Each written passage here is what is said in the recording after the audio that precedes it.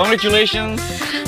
Thank you, আপনি আসছেন খুব খুশি হয়েছি। আমি আসতাম না, শুধু আসলাম যে একজন সুন্দর মেয়েকে বউ সাজলে কেমন দেখা যায় সেটা দেখার জন্য। আপনাকে মাশাআল্লাহ অনেক সুন্দর লাগছে। Beautiful flowers for the beautiful girl.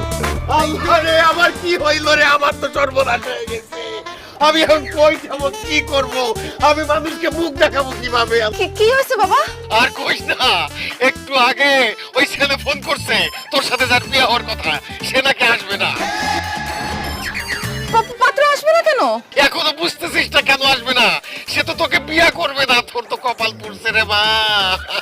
Hi hi uncle, কি বলেন? এমন সুন্দর একজন মেয়েকে বিয়ে করবে না? ওই হালার প্রতি কি মানুষ নাকি পায়জামা? আমি এগুলা কিছুই জানি না রে বাবা। আমি এত বুঝতেছি না আমার এখন কি হবে। এই আসর থেকে যদি আমার মেয়ের বিয়ে ভাঙা যায়।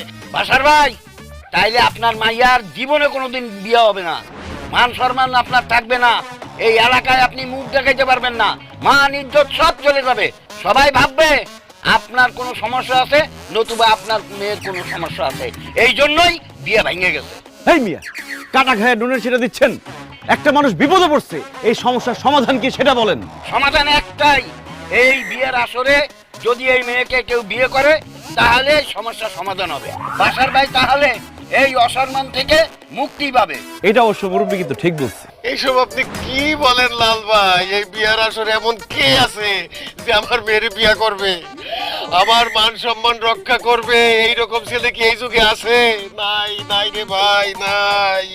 অবশ্যই আছে আঙ্কেল, আমি করব আপনার মেয়েকে বিয়ে। তুমি আমার মেয়ের বিয়ে করবা? হ্যাঁ আঙ্কেল, আমার সামনে একজন সুন্দর মেয়ের জীবন নষ্ট হয়ে যাবে, এটা আমি হতে দিতে পারি না। আমার সামনে আপনার মান সম্মান নষ্ট হয়ে যাবে, এটা আমি হতে দিতে পারি না।